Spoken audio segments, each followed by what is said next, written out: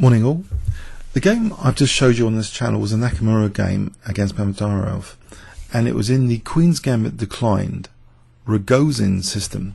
I just wondered, what does Ragozin mean to you? Ragozin is actually the name of a player, a Soviet chess grandmaster, an international arbiter of chess, and actually also he carried the World Correspondence Chess Champion title. He was the second ICCF World Champion. For those of you not aware, the ICCF is the official correspondence chess federation. In fact, I was honoured actually on my site chessworld.net to have had two ICCF World Champions play consultation games and some other games on the site. Ivor Byrne and Ron Langveld have both played at chessworld.net. So anyway, Ragozin, the second Correspondence World Champion, played a very neat game in 1930 against Noskov. Let's check it out. E4, and it was a Sicilian defense. Knight F3, E6. Now an open Sicilian. Black took, knight takes, knight F6. And now a slightly unusual move, which maybe a lot of us wouldn't really consider that much. It's quite novel, this next move. Knight D2. If we put the knight on c3, we're kind of blocking in if we want to fianchetto the bishop. And you might think, well, that's not a big deal, surely. This looks like a more passive square for the knight on d2. Well, it's got some upsides, but okay, it must have some downsides. But often also, the knight on c3 is prone to b5 and b4 sometimes. Being kicked and e4 being undermined. So here, you know, it's got some advantages. It also means that white might threaten the dreaded Maroczy bind later with c4. Okay, so with the c pawn not being blocked, black played d6, and we see bishop d3, knight c6, and now white played another strange looking decision on the surface. He played actually knight takes c6, which strengthens black's grip in the centre here, but the upside is that this diagonal is cleared away. If the knight had retreated, then any fianchetto plans are going to be massively delayed. So now the way is clear for a nice fianchetto of the queen's bishop, and he plays that now, b3. Okay, after castles, bishop b2. Technically, according to engines, white has an advantage here. White's overall got a slight advantage. Okay, so knight d7, and now it looks as though, well, bishop f6 will expose white for having dark square weaknesses if this bishop exchange. And against this we have something very, very interesting now, the move f4. And you might think, well, it's not in time for bishop f6 because black surely is covering the e5 square. So black plays bishop f6, but here now white plays a very, very powerful move. I wonder if you can guess it if I give you 10 seconds starting from now.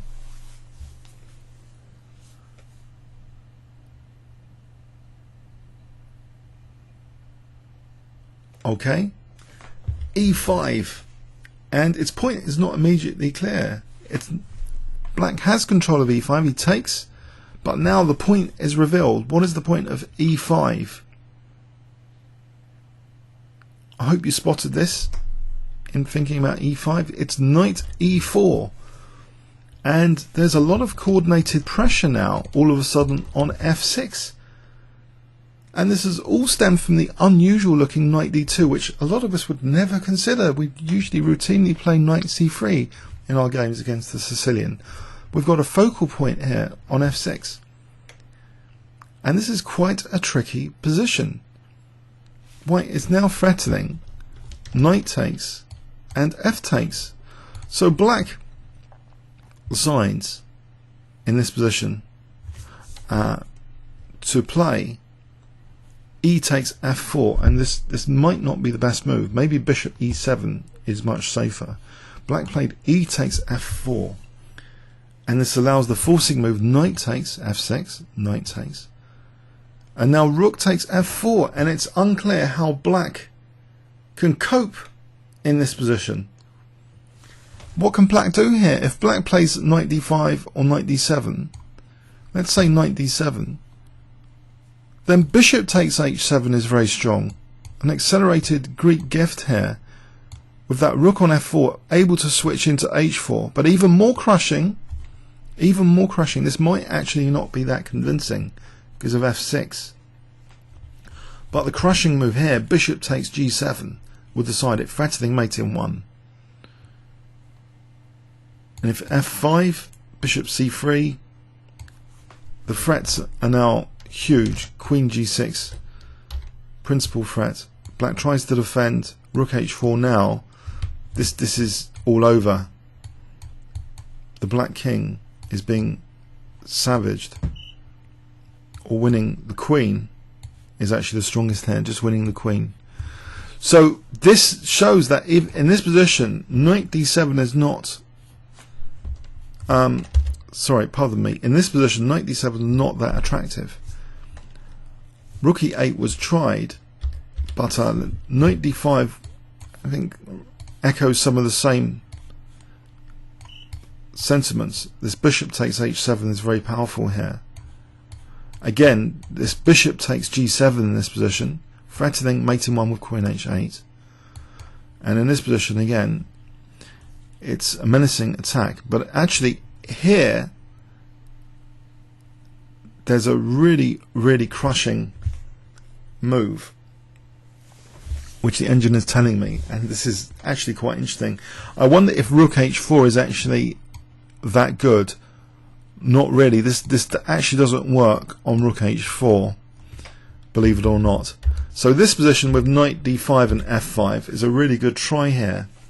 If I give you this as a puzzle position, what would you play here? If I give you 10 seconds starting from now, a really fantastic attacking move. You're going to have to open your creativity here. Okay, I hope you can spot it. I certainly wouldn't have think of such a move. Rook g4. Wow. So this is really, really dangerous. Threatening now bishop b2, discovered check, and then queen g6, mating. If the rook is taken, check, and the point is we've got that f file to play with, check, and it's all crashing through very nicely.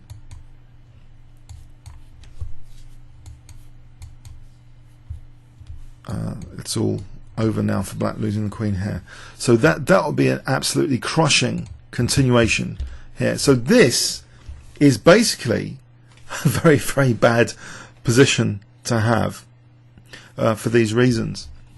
The sacrifices on h7 and g7 are absolutely devastating to black's king safety. He tried rook e8, so it's already beyond repair. And now we see rook takes f6. Black takes now. Check. King f8. Now very neat continuation, very neat forcing. Bishop a3 check, blocking in the king from using e7. Now bishop takes h7, threatening mate. We see black checking and then trying to evacuate with king e8. But now the final cutting off the king with rook d1 is pretty terminal here. It's actually a mate in 2 here. If black tries rook d7 or this diagonal, so it's mate in 1 there. So black had to resign in this position. A very, very neat game. I thought it was interesting. You know, we don't just remember Mikhail Tal from the Tal Memorial. Whenever these grandmasters play an opening and it's a specific name, you know, watch out for that. Who is Ragozin? You know, start asking. These famous players of the past, they're very, very famous, some of them. You know, this guy, correspondence world champion, second correspondence world champion, and over-the-board grandmaster. He's played a number of beautiful games, and we can remember him from Queen's Gambit to Klein Ragozin system. Comments or questions on YouTube? Thanks very much.